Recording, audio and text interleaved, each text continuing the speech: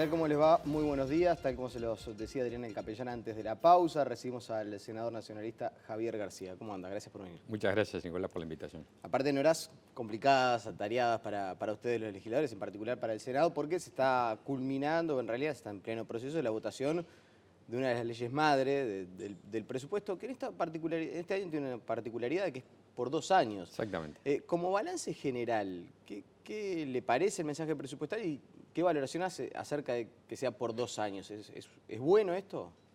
No, primero, de los tres, este es el tercer presupuesto que yo voy a tener de gobiernos de Frente Amplio. Este sin duda es el peor presupuesto de todos. Es un presupuesto que no tiene un proyecto político, no tiene una visión de hacia dónde va el país.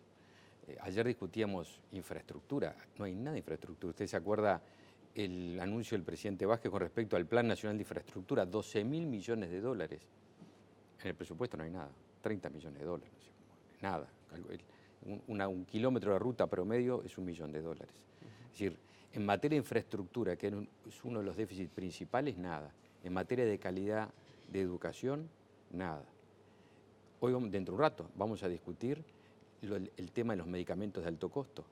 Es decir, lo que se establece es que no pueda acceder a la gente, no solo no se le da el medicamento, sino que se le niega el acceso a la justicia. En el mismo presupuesto, como yo dije ayer, hay plata para los secretarios de los ministros, es decir, para el aparato político del Frente Amplio, pero no hay plata para los medicamentos de alto costo. Ayer de tarde discutimos el tema del Ministerio de Defensa Nacional. Se eliminan vacantes en un inciso donde están los funcionarios más pobres de toda la administración, 12.000 o 13.000 pesos de sueldo a los soldados, será un aumento de 800 pesos, pero eso sí... De 800 a 1.500, ¿no? Bueno, pero el promedio, 1.000 pesos de promedio.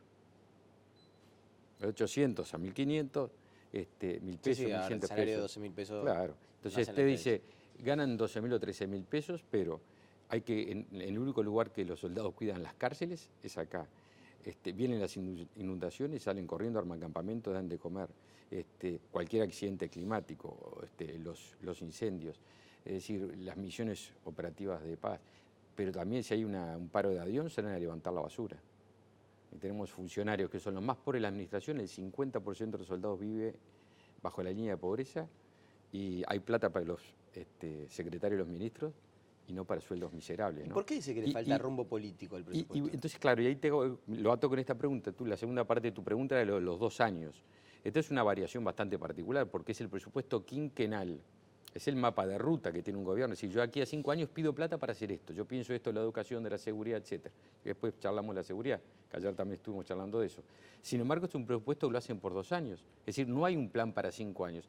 Hay un plan inmediatista para 2 en virtud de las incertidumbres que van a pasar dentro de 2 años o que prevén dentro de 2 años. Pero no es sensato, por ejemplo, decir, bueno, yo sé que voy a tener 2 años complicados, donde toca agarrar fuerte el timón para no irme a pique y eventualmente pensar si la situación mejora y todo sale como el gobierno planifica, que los últimos 3 años se discuta de otra manera, con otra espalda para poder reasignar gastos. Ojalá que haya otra espalda. La pregunta es si no hay esa espalda.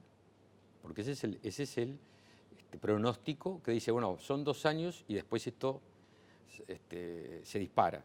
Pero la verdad, si uno mira un poco la región, no da esa impresión, ¿no? Crisis política y económica en Brasil, cambio de mando ahora en Argentina, vamos a ver cuáles son las medidas que toma el próximo presidente Macri, y obviamente Brasil, Argentina y nosotros chiquititos en el medio, eso puede tener alguna consecuencia. Ahora yo pregunto, el gobierno, cuando se estuvo en campaña electoral, el Frente Amplio, ¿no sabía estas cosas? Claro que las sabía. Y aquí está la madre del problema. El no haber advertido a la gente cuáles eran las circunstancias que se venían por delante. Se negó, se La situación ocultó. política y económica en Brasil se deterioró en los últimos meses después de la campaña electoral. La situación venía complicada, claro, pero el gran deterioro se da en los primeros meses de la administración Vázquez. También, pero la situación económica se veía venir. Entonces, todo eso no se advirtió, que había un ciclo económico que caía en un valle, con el precio de las materias primas, etc. Y entonces, ahora nos enfrentamos a un presupuesto de incertidumbres, a un presupuesto que, como le decía, no es un mapa de ruta, habla de una cosa muy inmediata, de un problema. Toda discusión presupuestal genera un problema.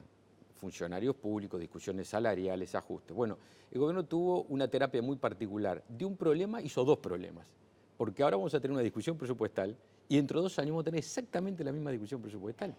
Si a usted le dice, mire, usted va a tener un problema porque las discusiones presupuestales implican conflicto, etcétera. ¿Qué dice usted? Bueno, vamos a tenerlo todo uno, vamos a analizarlo, pero liberamos el camino de aquí 5 años. No, una cosa muy particular. Dicen, mire, yo no quiero tener un problema, quiero tener 2 problemas. Y en la mitad del periodo voy a tener otro más. A lo que se agrega que ese segundo se pueda dar en circunstancias económicas que no son las mejores para dar. Y le agrego, si me permite, Nicolás, lo otro que yo creo que es sustantivo, que está en discusión, bueno, en estas horas, ¿no? Más que más, un presupuesto cero para la justicia. Esa iba a ser la pregunta. Usted ha acusado que esto es un ataque al Poder Judicial. Montesquieu está, ¿cómo fue? De muletas, una cosa así. A ver, ¿en qué se fundamenta el funcionamiento republicano? En 3 poderes, poder ejecutivo, poder legislativo y poder judicial, que son independientes y que implican mecanismos de control recíproco. Al más poderoso, que es el ejecutivo, que maneja todo el poder y la caja, se le agrega un poder legislativo que tiene la función principal de controlarlo. Acá se da una circunstancia, cuando acá en Uruguay, de hace ya 3 periodos, que este poder legislativo también lo domina el poder ejecutivo, porque las mayorías legislativas automáticas las tiene Frente Amplio, que también tiene gobierno, en forma legítima, absolutamente legítima.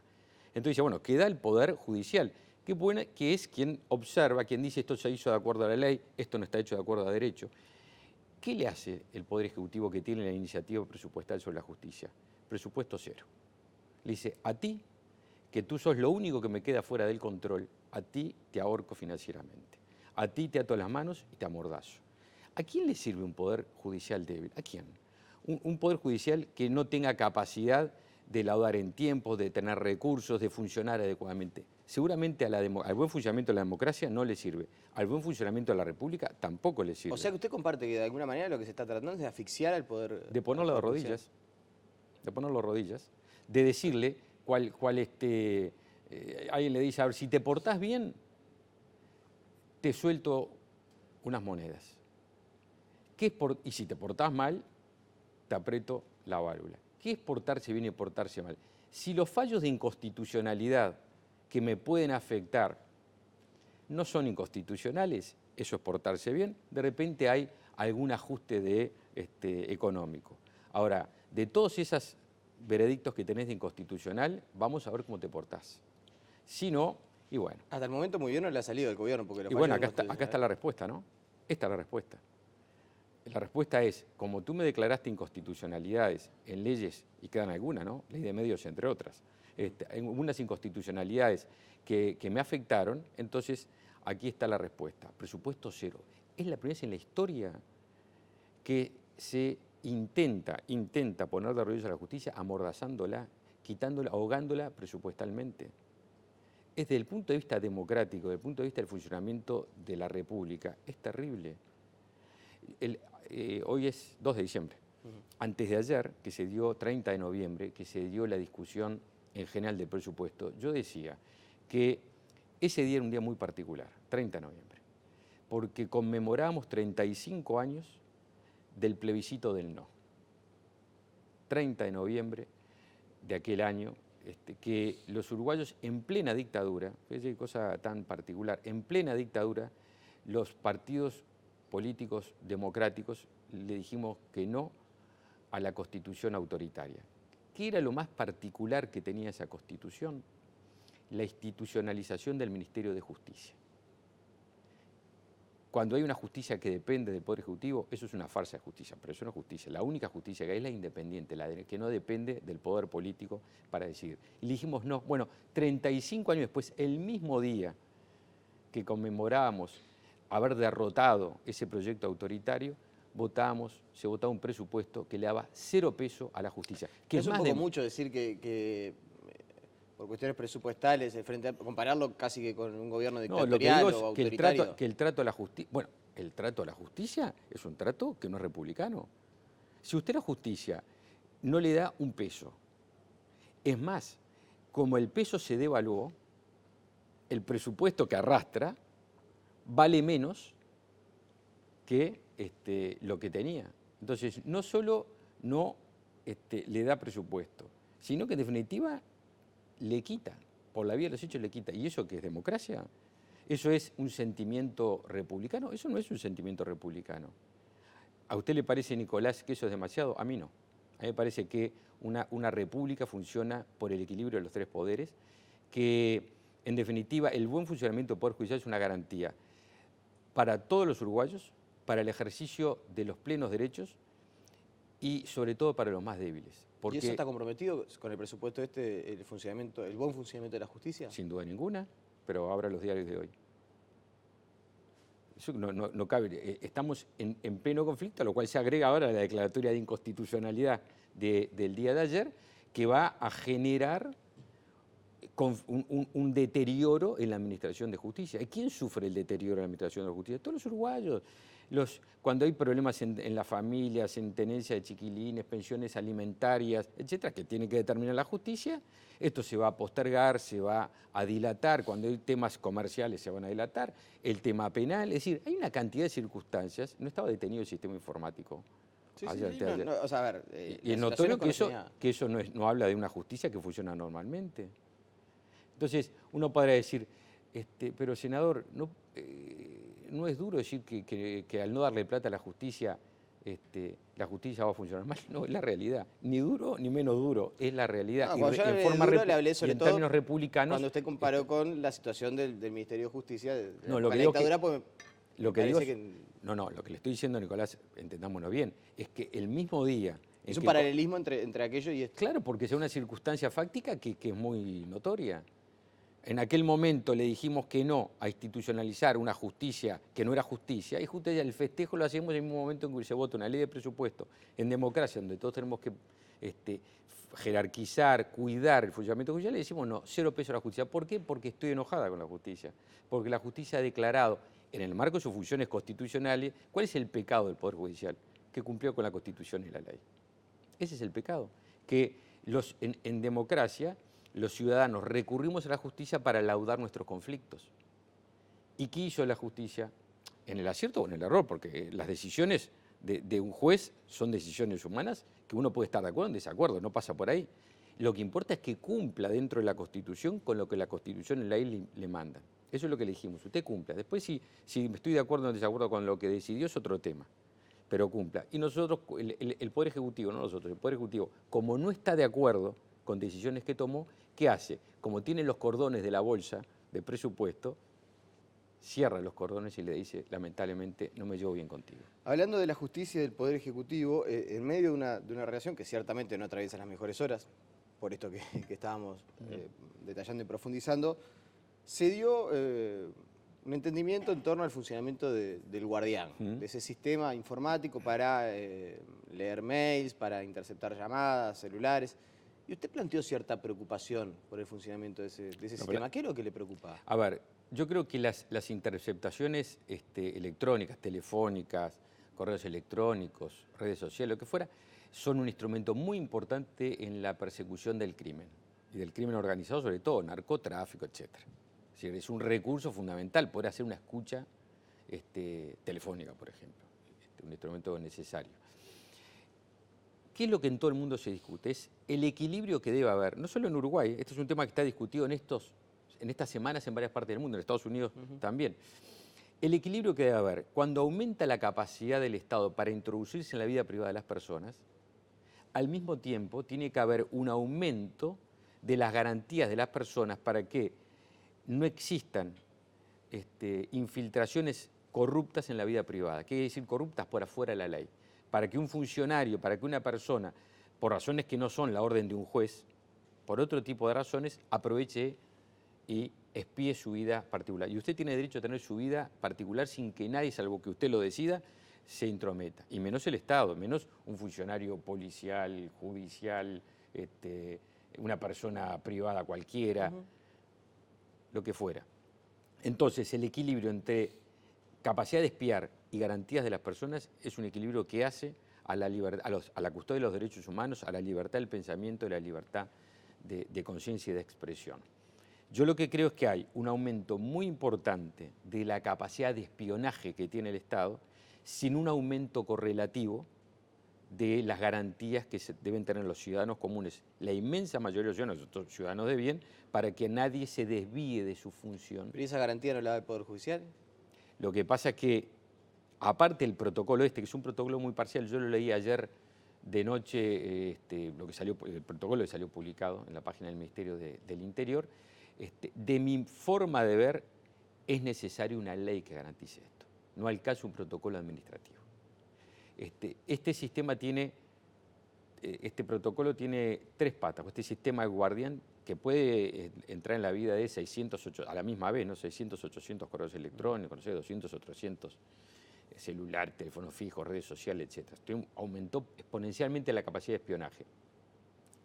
Tiene tres patas, un sistema, un software que colecciona los datos, un sistema de comunicación entre el Poder Judicial que se llama SAIL, Sistema Automático o Automatizado de Intervenciones Legales, y después un sistema que tiene el Ministerio del Interior para administrar tecnológicamente. Bueno, el protocolo es sobre una de las patas, sobre las comunicaciones en las tres, por lo que leí, no sobre todo el sistema.